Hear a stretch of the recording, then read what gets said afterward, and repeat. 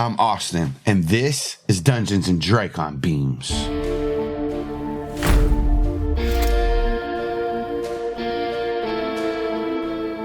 Previously on Dungeons and Dracon Beams. Light is bad. Light is scary, as dozens of red jelly globule eyes shut to the blinding light that fills the cavern. When the burst of white finally fades, half my eyes blink, useless for now, but many more still work. Underground tunnels are where we like to be, like in the hive back home before the Yeerks took me here. Brought is too gentle a word. I had only slithered out of the shadows of the ship because I could smell it and my belly was on fire. There was blood everywhere. I could see the fight happening in different areas of my vision, fragmented images of an orange, vaguely human-shaped thing picking up an earth weapon, leaning on a large white predator of some kind. I could smell the gore on its claws, so I knew it was a predator, and my stomach rumbled as I surged forward and fell on the bodies of the fallen Hork-Bajir. With the meat working through my stomach, I had time to think and observe for a moment. Another large human-shaped thing climbed up onto the platform, where there was no more food left, really. Just burnt is what I could smell. Weird burn, like plant burn. Then warm bodies. Not dead yet, though one was very bloody. And my stomach angrily roiled again, and I reared up my front half to square up my next fallen body and fell onto it. The blissful relief from the pain of hunger rolled over my body. Smell was better than sight. It was more accurate.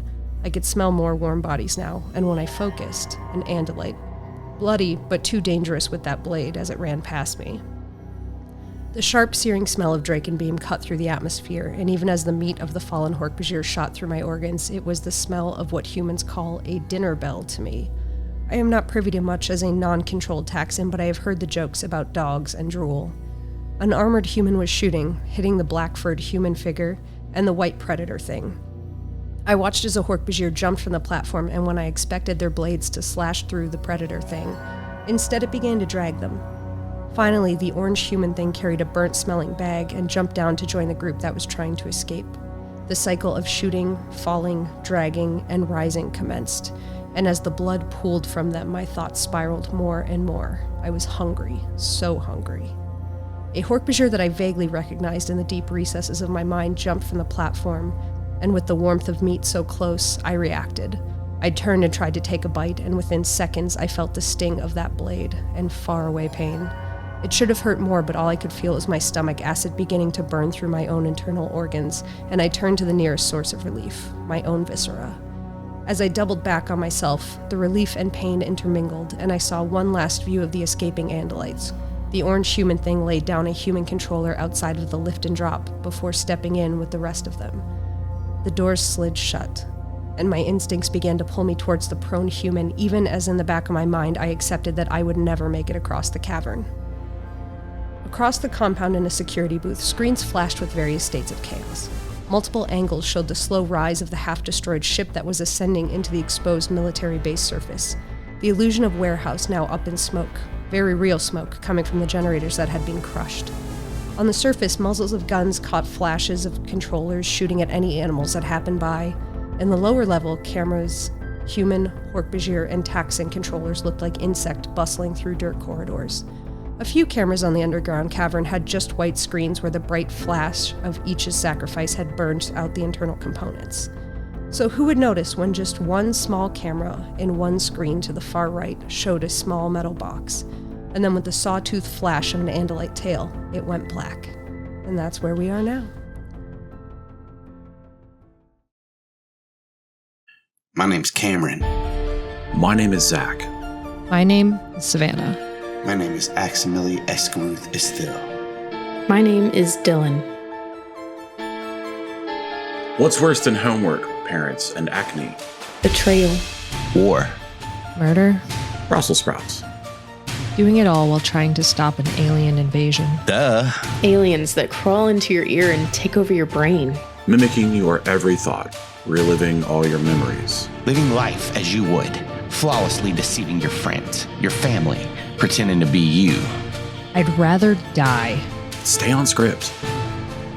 What's even worse? Mr. Statoric. The only thing that stands in the way of complete takeover of all humanity is 4 teenagers and an andalite. I am the Andalite. Yeah, you're the andalite. We also have the ability to morph. It's amazing. And Andalite technology. Stay on script. The ability to... Right. The ability to turn into any animal we can touch. Lions. Tigers. Orangutans. We must be extremely cautious. We can't trust anyone, thanks to my... Kamren. Okay, you read it then. Fine. We can't trust anyone. Controller or not. We have seen what happens when we are too trusting. So now, there's only us. Only us. Only us. Only us. Because anyone could be compromised. Anyone at all, can be a controller. Yeah, dude. Even you. Yeah, you three. Take your headphones off. I'm going to mute too so you can't hear me, but this is for the viewers. Well, hang on. It's for the viewers so they see you all. Take your headphones off. It's pretty fucking rude because my hair looks like this right now. The terminal explodes and the pieces disintegrate as Aximili holds the smoking Dracon beam, the ship rising back to the surface. Aximili turns and takes a deep breath, his Hork-Bajir chest rising and falling. He moves to leave when he hears a voice speak into a communicator nearby. The ship is surfaced. The hologram is down. I repeat, the ship is visible. We have Andalites heading to the Aqueduct loading bay. Deal with it. We're sending all forces to them. They have the device. The commander is dead, and we are exterminating the threats. If you see them, kill them. Aximili could feel his heart sink from Z-space. My friends. My prince. Would he let them die? He thought about the Aeriths on the galaxy tree. He thought about them when he saw all these bodies. His stomach joined his heart somewhere in the galaxy. He had failed them. I will not fail again. Aximili thinks about his brother, about what he would do. He would be brave. He thinks about Elfangor's stiff posture when he was doing something important, when he was addressing his troops or his superiors. His whole presence was commanding. He controlled the room, as the humans say. The way he held his tail blade, the focus in his eyes. Aximili takes another deep breath and steps out from behind the crushed generator. Get me Visser Three on the communicator immediately. The startled human controllers stop in their tracks, immediately noticing the red sash hanging across the Hork-Bajir's chest. He's preparing to meet the sub-Visser. There are strict orders not to disturb. There are Andalite bandits trapped, dead and cold in the sub-levels. The Andalite bandits that have been a thorn in his side. The ones that are currently the reason he looks so incompetent. I am Red Sash General Tarir of Visser Three's elite guard. There is a Dapsin ship sitting in the middle of a military base in his vicinity that he is in command of. Get him on the communicator or you will surely meet his Garf Nash Yeerk Banemorph. The human gulps and fumbles with the communicator. Come in, Command Channel Red. This is a code Alpha. Widespread exposure expected. A second passes and another voice sounds. This is Red Command. What is it, you imbecile? I'm in the middle of planning. Aximili snatches the communicator. Red Command, this is General Tarir. The Andalites are trapped. They have the device. There are kill orders. Understood, Tarir. The comm device clicks and Aximili looks back to the ship. He seems to notice a body on the platform. Get me a tarp now. I need a transportation vehicle as well. And then we fade back to the elevator.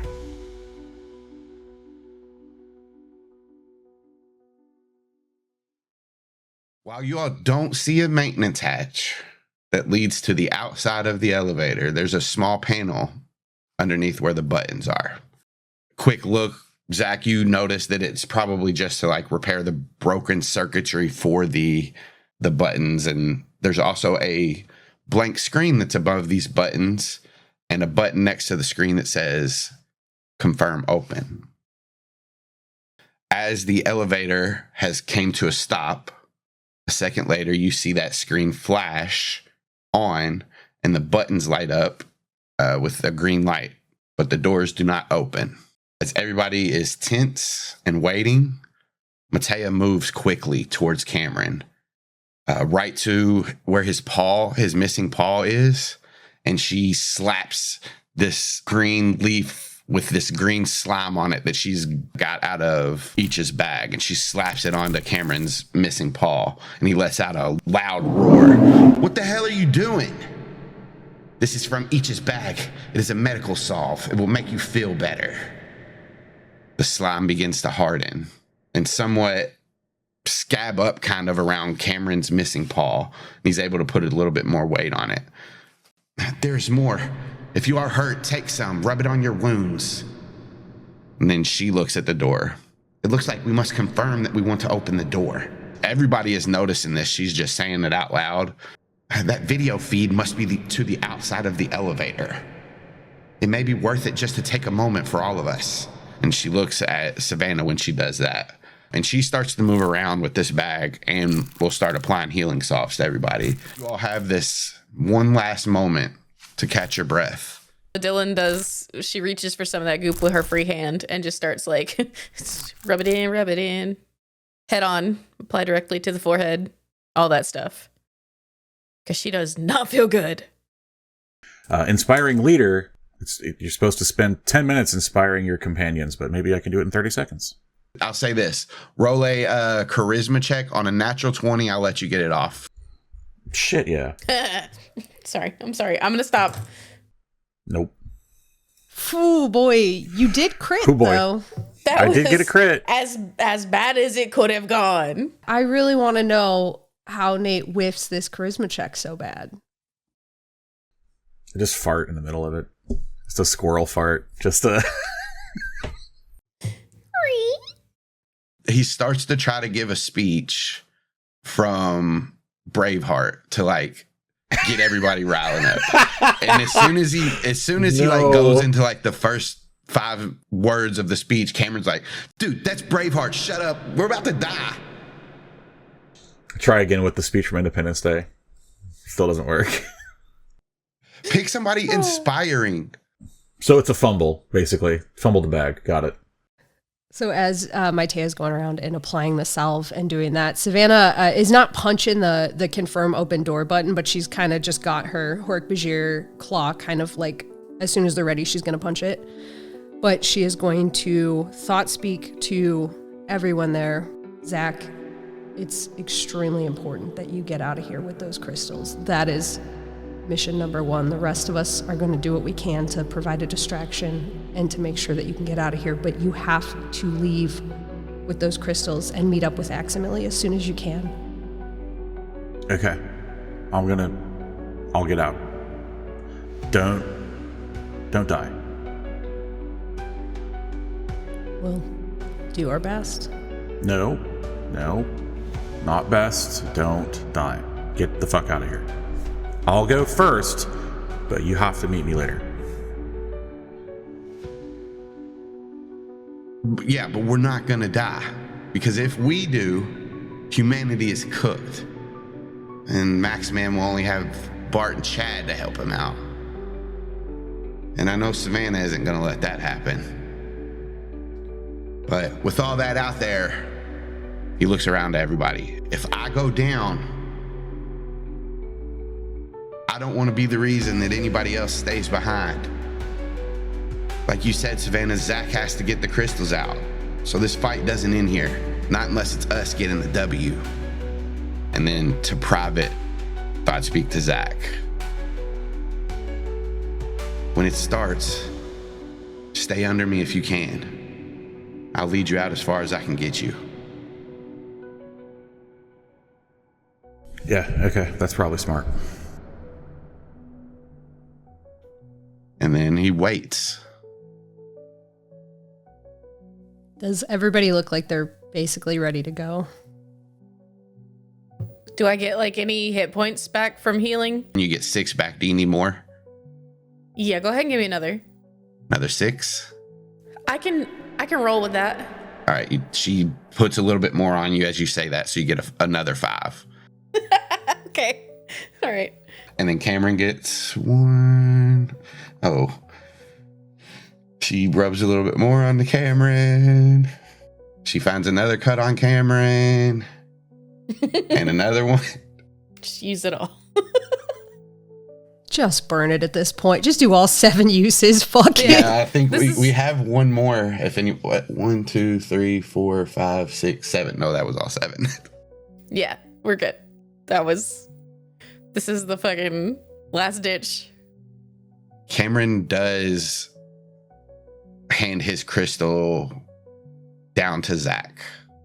His big boom epitome crystal. I don't have any hands. What's this one do? Blow shit up. Throw it far away from you if you can. Zach kind of stands on his hind legs and mimics throwing. And he's like, I don't really have like a lot of... Okay, man. Yeah, I will. Okay. He kind of holds it very gingerly in his teeth. Can he put it in his cheek? Yeah, if you trust it in there. I don't, but I don't know how else to carry it. Kamren will say, I mean, you can give it to somebody else if you want. You're just here with me, so. Can Squirrel can run on 3 legs? Could I carry it like a football, like under one? Yeah, okay, I'll do that. That's probably better. So now everybody but Kamren has one of the crystals. So yeah, this screen has lit up and there is a feed coming through the screen. As you look at this feed, Savannah, I'm going to say you're looking at it. Outside of the elevator is a raised platform to what looks to be a pretty open area. From what you can see, this is a limited view still. And there seems to be at least a battalion of human controllers waiting outside. You can count 9 just from what you can see, with one that looks to be in charge and 2 Hork-Bajirs beside her. But you can definitely tell that there are more human controllers that you just can't count. They're in like a formation and there's a lot of them. So how this is kind of angled, you can kind of see over this raised platform to that big open area on the ground. And then past that, you see a jet of flowing water. And everybody can roll a history check. And Zach, as you look in here, you kind of remember some research that you were doing for a project, or maybe Savannah was doing it and you kind of helped her with the Google part or whatever. The one day I was listening. Yeah. And you learned a little bit about Ocean Grove's aqueducts. The water channels that surround Ocean Grove and run through it are mixed with salt water. They're not drinkable. So in order to get fresh water to the town, they have to bring it in from the lakes at the mountains. So most of the water gets distributed through the city through these aqueducts. But to deal with pressure and maintaining pH levels of some of the water, it's filtered back out of the bay as well. Additionally, with all that information, you can kind of see that the Yeerks could use this as a way to transport supplies in and out of this place as well. Okay, so I info dump that to the group and then suggest following this upstream might go to the lakes in the mountains. I don't know if that would be helpful, but that's information if anyone can use it. The raised platform, is the elevator raised or is it? The elevator is on where the raised platform is, and then you can so it's see. Up from the battalion. No, the battalion is where the raised platform is. The elevator exits out onto the raised platform. There's ramps on the side of those that lead down. You can now see, like, as you're watching Hork-Bajir moving up the steps, those ramps lead down to the bottom, the floor part. Cool. The stuff in the elevator, is that genuinely there, or is that just the map? There are some crates and boxes and stuff that are over there. Would how quiet were Kamren and Zach about handing over that extra crystal? I'll say not quiet. Like they were talking a little bit about it to everybody, and you saw him kind of bend down and hand it to Zach out of his mouth.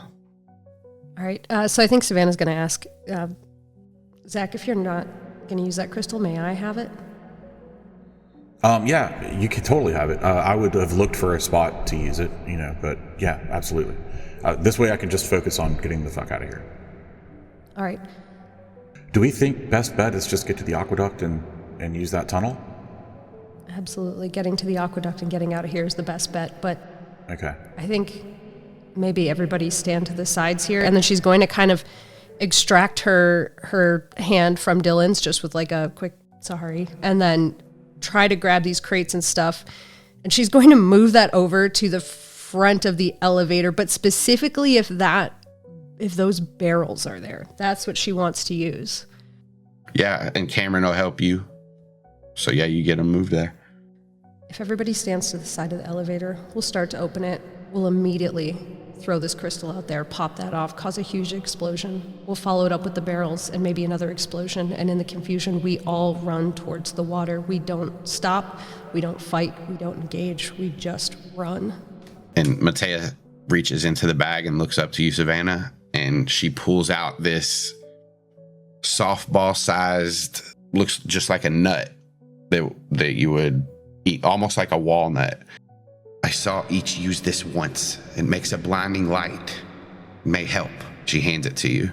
Just roll it out into the middle. Brilliant. Zach is going to climb one of Kamren's legs and just hang upside down in his belly fur.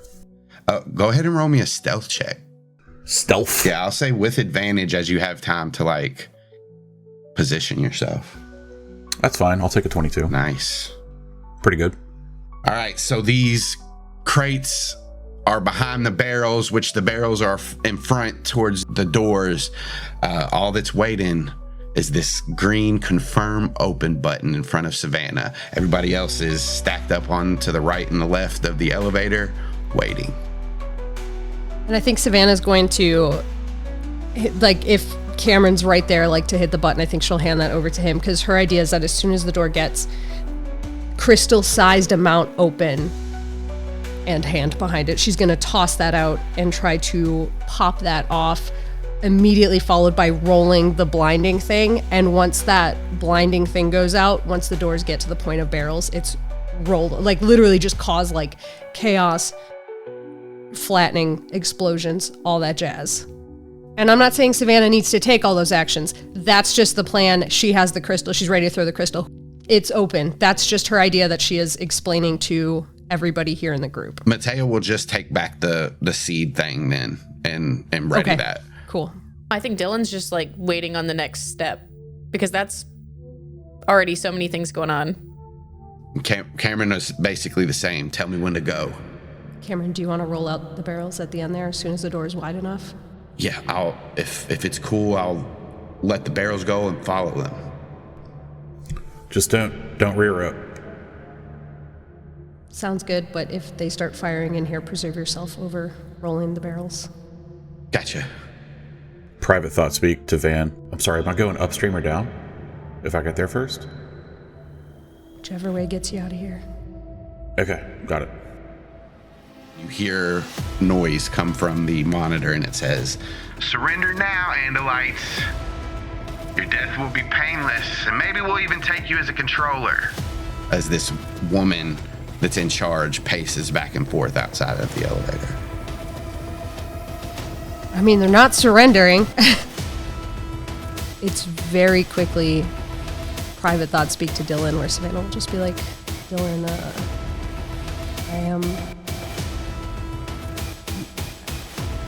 I never did get an outfit for the dance. Sorry about that. And then should Kamren go hit the button? Boom! I'll give you all advantage on this perception check you make as this door just cracks. That's all right. It's perception, so you can use your people. Yeah, you can use your peeps. And I did. I got And you advantage on crit. it. You said I got advantage. He did say that, I did though. said that. He did done say that. Zach, as this door slides open, you see a blur from one side of the aqueduct just shoot down to the other side, but you lose it. And as Savannah and Matea are getting ready to launch these things out into the opening, Dylan, you notice the blur as well. And you see it shoot down the aqueduct to where there's an enclosed glass bridge that goes over to separate two sides. What do you mean a glass bridge? It's just enclosed in glass. There's a bridge that's over the aqueduct. The bottom of it is like just a bridge. The surrounding enclosure part is glass. But Dylan, as you see that blur shoot across and it enters into this bridge. It stops immediately at the second set of doors, the doors that would lead into the open platform underneath the overhang where you guys are. So it would be on the same side of you if it go through these doors, but it stops at the doors. And you notice that it is Xander. He's frozen in place. Seems unable to move any closer. He locks eyes with you, Dylan. Dylan's gonna be like, you guys, somebody help me out with this. I don't know. I think Xander's out there. I think I just saw Xander. And Zach, with your 19, I'll let you like respot where he is as he points it out. But Savannah's in the middle of letting her trigger go off. So is Mateus. So Savannah, where are you throwing this crystal? Out. She is throwing it out as soon as the doors get to that level. So it is the straight line out from the few inches through the door. Forward is what she was imagining. Yep. These doors open. You see the woman in front level a Dracon beam as you throw this crystal. As soon as your like wrist flicks and finishes the throw, as you see it toppling end over end in the air, between your Hork-Bajir legs, you see a 7-fingered Andalite hand roll this seed out. As you throw this crystal, it hits in the middle of where it is and it explodes.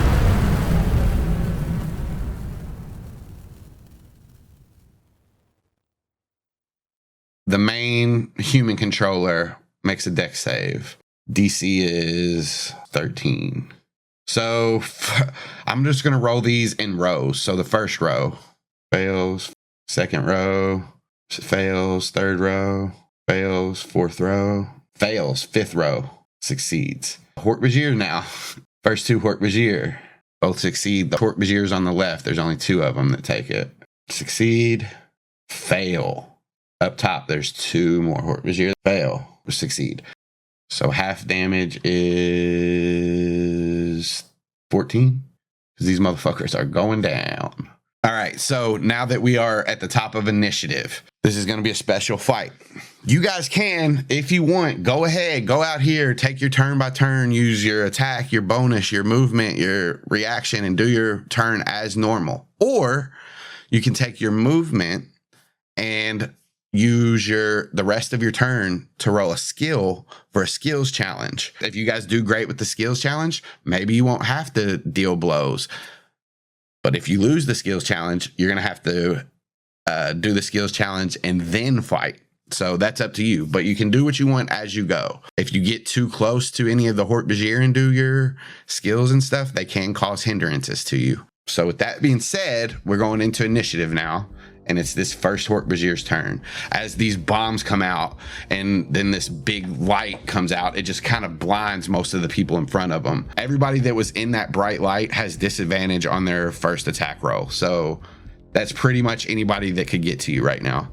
As initiative starts and they all move forward, the woman in front is rubbing her eyes and she says,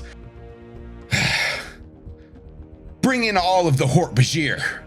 Do not shoot them. I won't have those crystals damaged under my watch." First up is this Hork-Bajir that moves in. This one blindly, as it's rubbing its eyes, takes some steps forward. In the elevator, Savannah, you do see Kamren's eyes look up at you, and he nods. He'll trigger his action then, now. And he busts through, sending these barrels to the Hork-Bajir, and the Hork-Bajir can make a dex save. This Hork-Bajir takes 2 bludgeoning damage as one of these barrels smacks him in the face. Can't jump out of the way. And Kamren moves his speed. And Zach's with him. All right, Zach, you're up. Okay, so I don't want to leave the Kamren mobile that I'm currently riding. Can I use an action to ratatouille him into another attack? Yeah, roll a persuasion check. Oh, a persuasion, you say? I'll let you know these DCs are kind of high, but you also have some options, so. I'm a persuasive boy. Yep. You can have my inspiration. Okay, I'm very inspired, and now I'm so much more persuasive that it's a nat 20. What do you say to him? I'm just gonna say, "Hey Kamren, did you ever play Crash Bandicoot?" Well, yeah, with the Bandicoot and the mask that goes ooga booga. Yeah. Yeah. Okay. So like Ooga Booga Man, and then I Ratatouille. I'm upside down, so I'm just gonna kind of go "Brr," and like pull his nipple hairs, I guess, and just I don't. With that, Kamren gets the extra move. Sick. Trying to think if there's another way he would go that would be more beneficial, but I think it's just straight through. I'm trying to get directly to Xander. Like I'm going the fastest possible way. Now, that was your action. You still have movement on your turn, even when you do skills. I'm gonna stay on the tank for one turn. I don't really have anything else I can do, so I'm just gonna have to hold it. Savannah up. I very firmly believe in my whole heart that what this should become, instead of a gruesome part-by-part battle, is a skill check challenge where we all get to, as a group, figure it the fuck out. So I want to do that, and instead of declaring a skill, I'm going to do the famous, I'm going to tell you what I want to do and you tell me what the fuck to do.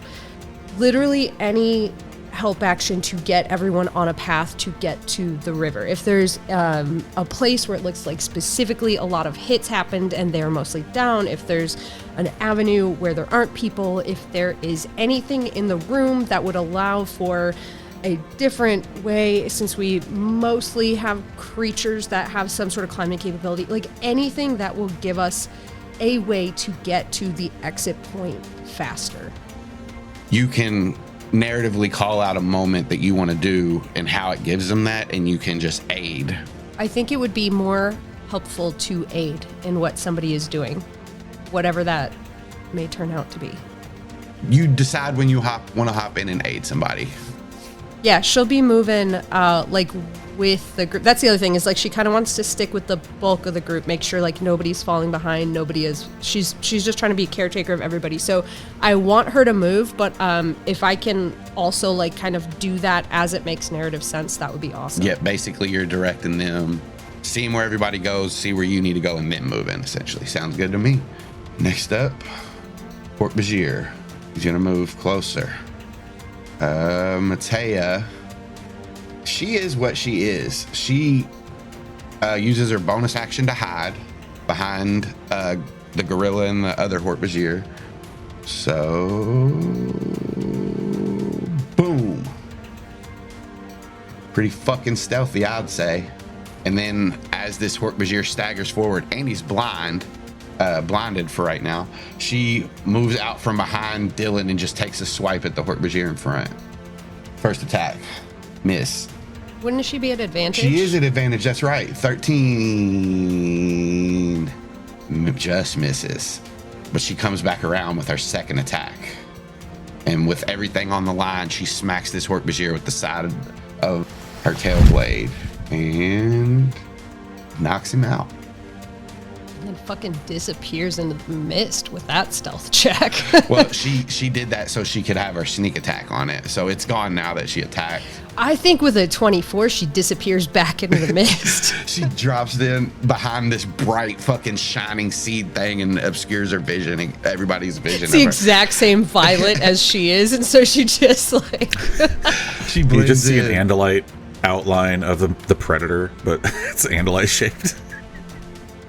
It's that blonde streak in her hair. That's all they see. They just go. Shoo. Have you been boosting her speed every time? Because she Yeah. is fast. Dylan. Okay, cool. Dylan wants to snowplow. Hell yeah. She wants to make a path. I'm gonna go straight. I'm gonna do a straight through. There's even an extra barrel, so you're only going to be able to move so far, but you can pick up that barrel and take it with you and then extend your... Yeah, then yeah, let's throw a barrel, because I would like to be closer when I do my straight through then. Hell yeah. She's gonna grab the barrel and she's gonna thought speak. Savannah, where? Which way? can I use my help at this point to Yeah. determine that? Okay, so it's like Savannah's looking out of the elevator, Dylan's asked which way, and what we can see in front of us is like where we've thrown the bomb that's exploded, and then the bright seed pod that's kind of blinded those rows. There's kind of like a path straight through of just humans that have taken a lot of blows, leading kind of straight down into the river. We're at a height advantage a little bit right now, and so it seems clear like this is the path where the most people have kind of are still scrambling to get it together. Yep. Okay, and even seeing like Kamren kind of off to the right, like engaging the Hork-Bajir, and Maitea kind of engaging the Hork-Bajir right out front. Yeah, I think Savannah will see all of that, and then Dylan's question, she'll give that help action to Dylan by saying, let's just go straight down the middle, right through the humans.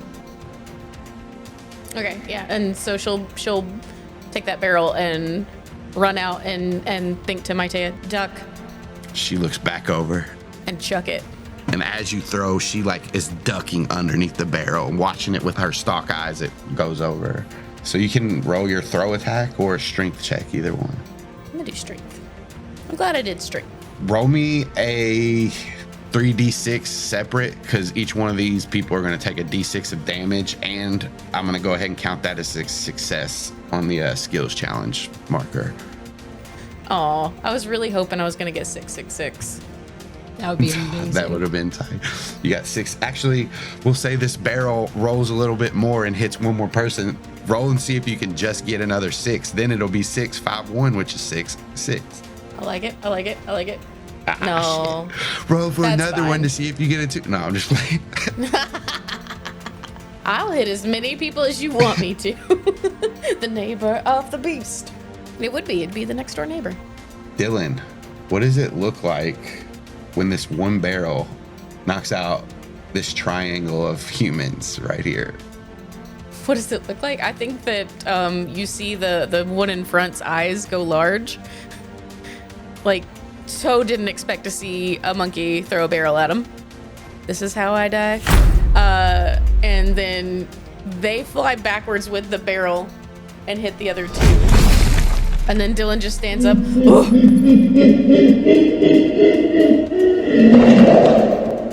And then you see as you like slam down, this mist is rolling in off this raging river down here.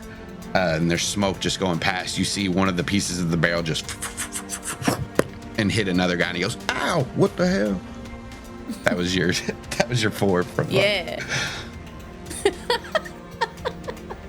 This one dead. I didn't let all the Hork-Bajir go. I am gonna go ahead and take the rest of their turns now. Sorry.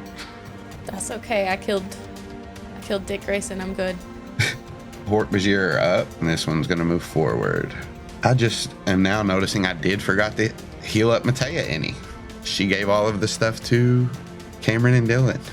Oops. But maybe she would do that, you know? So this Hork-Bajir is gonna move forward as it tries to make its eyes be able to see by rubbing him. So it'll take this attack with disadvantage. 17 will hit Maitea for 6. Maitea drops. How? This guy can't even see. And he's swinging his blades wildly. I'll say he doesn't get his second attack because she's down. He can't move forward anymore because he used all his movement. The other Hork-Bajirs still have to go. They'll just move up. First Hork-Bajir will attack Kamren with disadvantage. 17 hits for 7 piercing. Second attack, just hits. Does Kamren get a bonus because he's being ratatouilled by someone with a higher dexterity? No, unfortunately he doesn't. He's being the meat shield for you.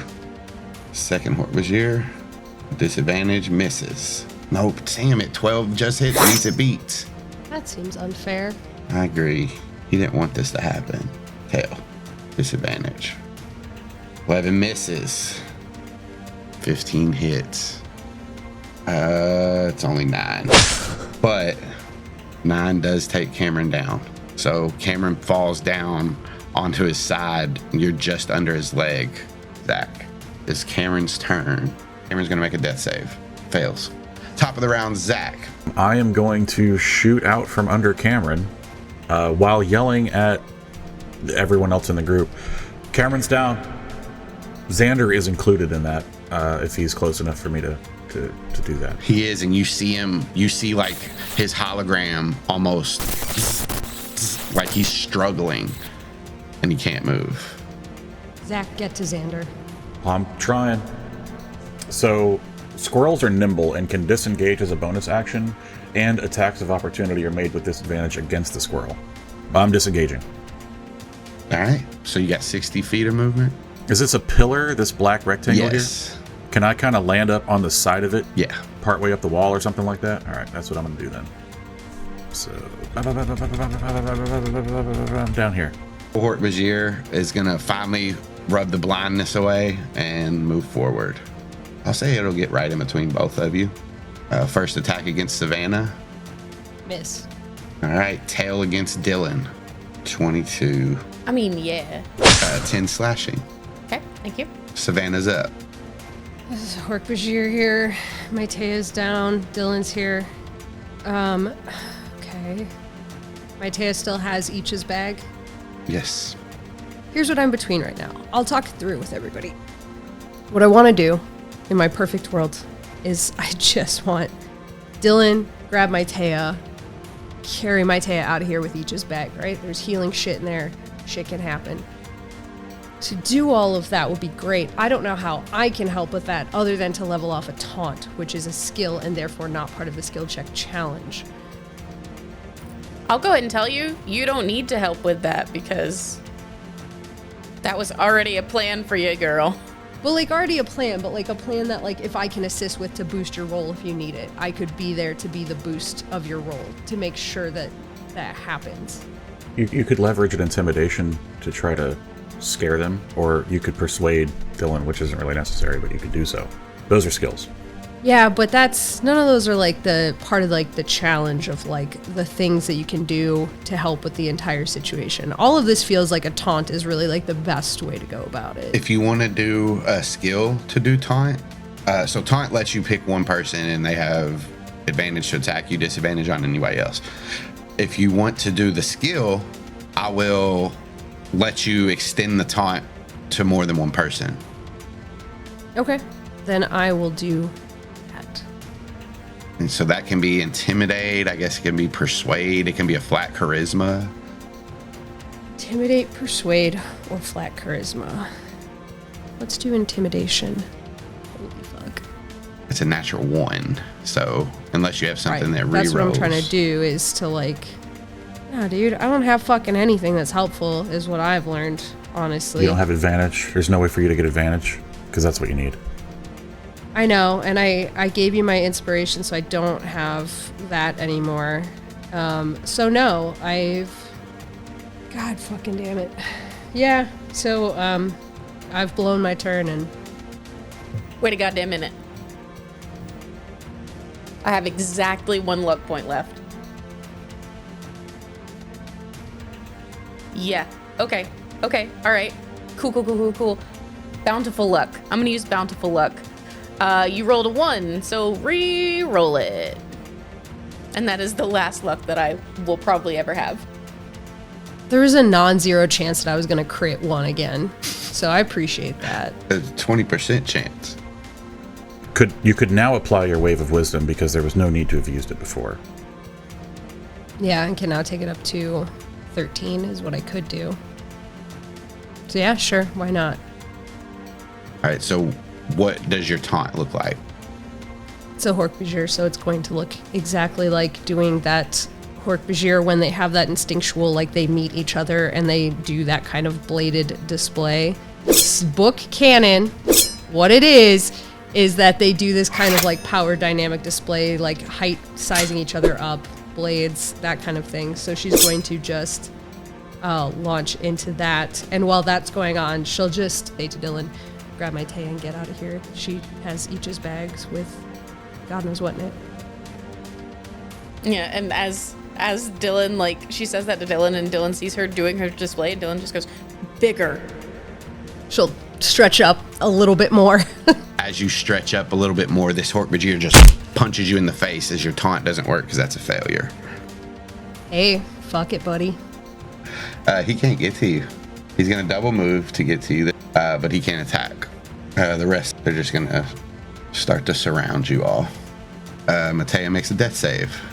Fails. Dylan's going to skirt around this guy. You will take an opportunity attack if you move away. Fuck it, hit me. Yeah, I grab her and I start going. 12 to hit. Let's go. Roll it up. 5 piercing. Okay, that's fine. And I'll say you get there, you can pick up Matea. If you do move away, you will take one more opportunity attack. Can I disengage, move around, and then go? Sweet, that's what I do. Next up, Green Hork-Bajir. That's right. Last time they had a double move, so they can't get there. This one's going to go here. Surround Savannah. This one, seeing the gorilla move, will run to it. Well, your stealth check was 22 before, Zach, so I'm just going to give them checks to see if they see you. One of the Hork-Bajirs does see you and chases after you. The other two move up to fuck with the other Andalites. This one sees you, Zach, and on all fours just starts to chase after you. You double move to get there, so you can't do anything else. This red will double move towards Savannah, completely surrounding her. This one will move up, swing its claw at Dylan. 9 to hit. Suck it. And second attack, tail. 24 Oh, to hit. Yep. Second one slashes into your back as you're pulling Matea for 9 slashing. Kamren up, death save. Fail. Kamren has 2 failed death saves. Hork-Bajir, attack against Savannah with advantage. 22, right? With 9 piercing. Sure. Zach, you are up. There's a Hork-Bajir that has just moved up right beside you. He's snarling. His blades are shining. What do you do? I've never once gave a shit about this Hork-Bajir. I disengage and then run to Xander. You get to the doors, these 2 glass doors that are separating you and Xander. Are they are they like automatic looking doors? Are they? They're glass doors. They do look automatic, but they don't seem to be opening. Fuck. Does there look like there's a button or anything on mechanism to open them? Or are they supposed to just be like they sense you, like a grocery store? Yeah, it looks like they should just sense you like a grocery store. For some reason, you're in front of them and Xander's on the other side and they're not opening. So they're just locked down. Got it. I try to shove my squirrel head in between them. Can I pry them open with my body? If you are strong enough, maybe. I'll try. I guess it can't hurt. All right, roll me a strength check. Strength. As a squirrel. Good news. They're very strong. It's only a -4. How's a 13? Which is an amazing roll for a squirrel. You try and pry these open and they won't open up. You see Xander's eyes look down at you and then look back to the Hork-Bajir. I'm going to climb 5 feet up the middle of the door. If I can scale that. Yep. And then I'm just going to look at that Hork-Bajir and go, "Grr." Savannah. Kamren has, over the last many, many months, decided that he is becoming some sort of soldier and that he is falling into line under this battle. If he got a thought speak order to get up and keep going, would that help him with his next death save? Yeah, so I will let you do a medicine, persuasion, or intimidate for that skill. And if you succeed, it'll be a success in the skills challenge and it'll get Kamren back up. 23. What do you say? Kamren, get up now and get over to the door to help Zach. Where? And then he like, got it. As like part of you kind of giving him this renewed vigor and he's bolstered. You guys are doing great, and that was another success in the skills challenge. I'm gonna say he just gets up and knocks out these 2 humans next to him. But he won't be able to do anything else to his turn. Next up is the Hork-Bajir next to Savannah. Advantage on all of these attacks, Savannah. So first one, 15 Meets. for 4 piercing and a 22. Oh, that hits. Sorry, 7 more slashing. Okay. Second Hork-Bajir, natural 20. She's down. Matea rolls a death save. Success. Dylan's up. You watch Savannah drop in this pile of Hork-Bajir and blades. Dylan's gonna reach into each's pack. What does she find? Start to move things around. You see that there's a piece of rope that There's a noose tied at the end, and it looks like there's a stick in it.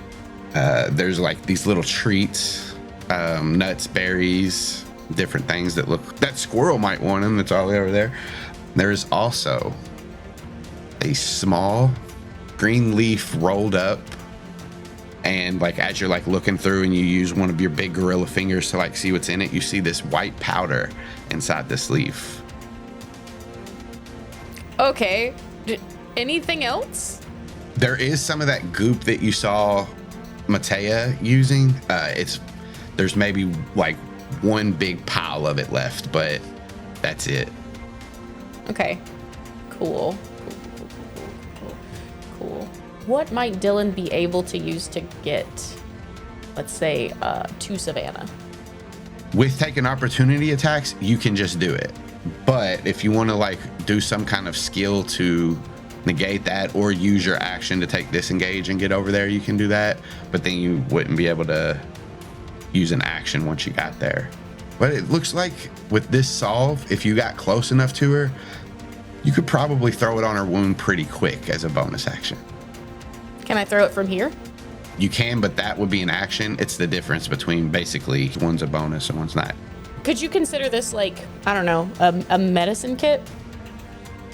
I'll say, since you know what this stuff does, you could probably use it for whatever you need it to be. Okay. And what would Dylan need to do in order to throw it at her? Would it be a skill? It would just be your action. Yeah, I'll do it. You toss this little gloop of green healing stuff right through all these slashing blades onto Savannah. So you roll a D8 plus your wisdom modifier, and Savannah can gain those hit points back. All right, that'll be 10 hit points because I don't have to roll. Hell yeah. She's at 0. And you still got a movement? Mm-hmm. Yeah, I do, but I don't think I can go anywhere because I would have to disengage, and I can't do that now. Is it possible to do anything to help Matea as well? You have a bonus action, so if you have anything you can do as far as like with your class or with your feats as a bonus action, you can do that. Yeah, I mean, I could do a medicine check on her, but... Yeah, if you get above a 15, they stabilize. So she just wouldn't make death saves. Yeah, I'll say with that, she's just got sliced up and bleeding out. Green is up. First one will move to Dylan and attack her. 10 to hit, misses. And swings the tail. Another 10, both miss. Nope. Savannah with advantage. Oh, sorry. I got very excited. Yeah, so did I. 17 to hit. Savannah drops. I'm gonna say this one moves down, and this one can move through his. No advantage for anybody. Claw. 23 to hit Dylan. 7 piercing. Dylan drops. Next up is this Hork-Bajir. I moved 5 feet up the door so that I was more visible to him. He's gonna go here. Take an attack at you. In my best Andalite copying axe, I'm just gonna say, it is fortunate that only a foolish Hork-Bajir is attacking me and not something more powerful. All right. I'm gonna do something here. So, high or low, Zach? Hi. This infuriates him, and this Yeerk is so mad. He's gonna take the attack with disadvantage, but if he hits, he does double. Okay. Let's see what happens. A 9. 9. Squirrel's AC is 10. Zach, as you're on this door, halfway up, once again on all fours, move towards you, jump up in the air, cock back with its claw, and swing it towards you. I wait till the very last second. Blades coming right at Zach, and then just full acrobatic maneuver. There's a backflip up onto his arm, and I run up his shoulder, and then as the blade, crushes through the door and crumples the glass, I just run back down. He does take a swing at you with his tail for his multi-attack. Good thing I'm on his arm. Yeah, he swings at you while you're on his arm. He does hit you That's fine. for 7 slashing. He cuts off my tail. Now I'm a chipmunk. That's how you make chipmunks. All of these Hork-Bajir are going to move towards the threats. They can't get there to hit anybody, and everybody else is down. That all the Andalites up there are down. So it would be essentially Kamren's turn with like a barrage of Hork-Bajir moving towards him. After he sees that Zach has shattered this and looks back and sees all his friends on the ground, he lets out a roar and starts to move forward to meet the Hork-Bajir.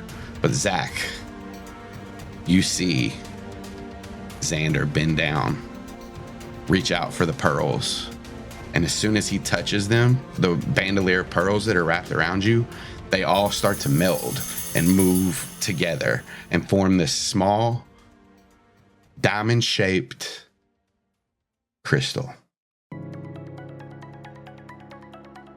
And you watch him. He holds this crystal in his hand. His eyes go screen white and like kind of flashes like dimly. This is just all white light, just kind of dimming as it goes through. The light disappears. They go back to his brown, and he looks forward at the Hork-Bajir in front of you and just Spartan kicks him, and he flies back 10 feet into the pillar. All his arms and legs just kind of dangling as he's like set inside the stone pillar. And then Xander, as a blur, moves forward. Zach, what you see next is a fucking massacre. There's whirling blades, chopping up human controllers and Hork-Bajir controllers alike. As Kamren was meeting these Hork-Bajir, like in the clash, just a blur shoots past them and they all just explode into viscera. So Kamren is bright red. Yes. It doesn't last more than 10 seconds. And Xander has the group next to you. He is covered in blood. His hologram is off. He's just the bipedal, canine-looking robot standing in front of you covered in blood. And he lets you crawl up on him and exits the aqueducts. If he's gathered the group together and everyone else is down, the only thing I say to him is help them. He does like set them all down and puts up one finger. You see like a syringe come out of it, and he pokes each one with it. Kamren limping out, catching up to you as everybody else is now stabilized, so no death saves. I'll heal them more once we get out. Zach just kind of to him says, "Thank you," and then climbs up onto Cameron's back and like just sits in like the fat behind his neck, behind his head. Just kind of sits there. Xander looks stoic as you all move. He keeps up with Kamren, with the others, but you all are basically only going as fast as Kamren is. It's nothing to him to get you through anybody that stands in your way on the way, which there's not many people, like once you get out of that main room. And you all continue out of the aqueducts.